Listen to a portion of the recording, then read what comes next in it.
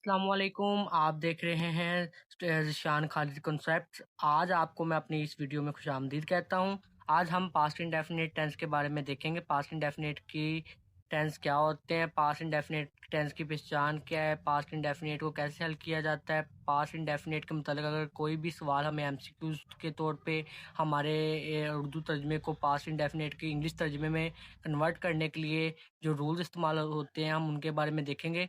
बेटा जी, सबसे पहले पास्ट इंडेफिनिट की आइडेंटिफिकेशन क्या होती है ये देख लेते हैं। इसकी शनाख्त क्या होती है बेटा। ऐसे तमाम जुमले जिनके आखिर पर अलीफ छोटी ए बड़ी ए आ जाए या था थे थी आ जाए, इसको हम पास्ट इंडेफिनिट कहते हैं। उर्दू जुमले जो हम डेली बेसिस के ऊपर जो हम जुमले पढ़ते हैं उनके एंड पे अगर अलिफ आ जाए, आखिर उस जुमले का इख्तिताम जो है अलिफ पे हो, छोटी ए पे हो, बड़ी ए पे हो, या एंड पे आ जाए था या थे या थी आ जाए, ऐसे जुमले को हम पास्ट इंडेफिनिट का नाम देते हैं। बेटा जी, सबसे पहले हेल्पिंग वर्ब इसके अंदर आपको पता, ये याद रख लीजिएगा, इसके अंदर हेल्पिंग वर्ब कोई इस्तेमाल नहीं होता और हमेशा इसके अंदर जो फॉर्म ऑफ वर्ब इस्तेमाल करते हैं वो हमेशा सेकंड फॉर्म इस्तेमाल करते हैं। बेटा अब सबसे पहले आपको पता होना चाहिए हमारा जुमला तीन चीज़ों पे मुश्तमिल होता है, चार चीज़ों पे सॉरी। सबसे पहले मेरे पास आता है सब्जेक्ट, इंग्लिश के अंदर सब्जेक्ट। सबसे पहले आ जाता है सब्जेक्ट प्लस फिर आता है helping verb, HV helping verb plus फिर आता है मेरा मेन वर्ब, फिर उसके बाद आता है मेरे पास ऑब्जेक्ट।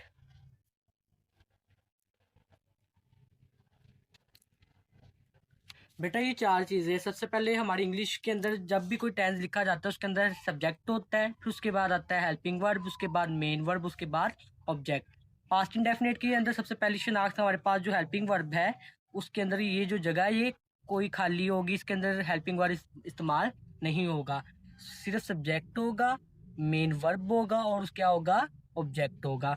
बेटा मेन वर्ब हम फॉर्म ऑफ वर्ब कौन सी लगाएंगे, second, second form of verb इस्तेमाल करेंगे। For example,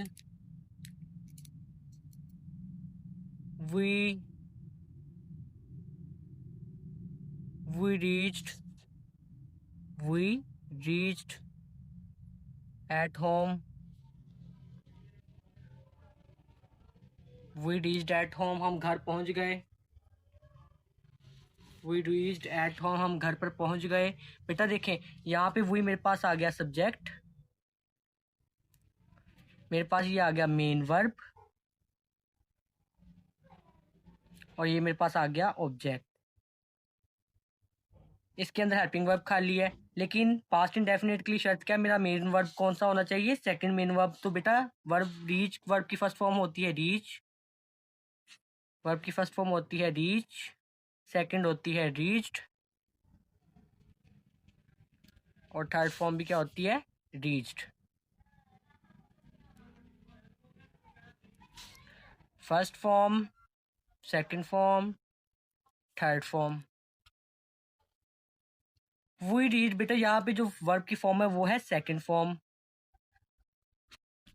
बेटा जी अब हमें कैसे पता चलेगा ये वर्ब की सेकंड फॉर्म है या थर्ड फॉर्म है, तो बेटा जी आप मुझे मेरे कमेंट बॉक्स में बताएं कि क्या मैं आपको बताऊं कि हम कैसे आइडेंटिफाई कर सकते हैं कि यहाँ पे वर्ब की सेकंड फॉर्म है या थर्ड फॉर्म है। तो आप मैसेज कमेंट कर दें, नेक्स्ट वीडियो हम इसके ऊपर बनाएंगे इंशाल्लाह।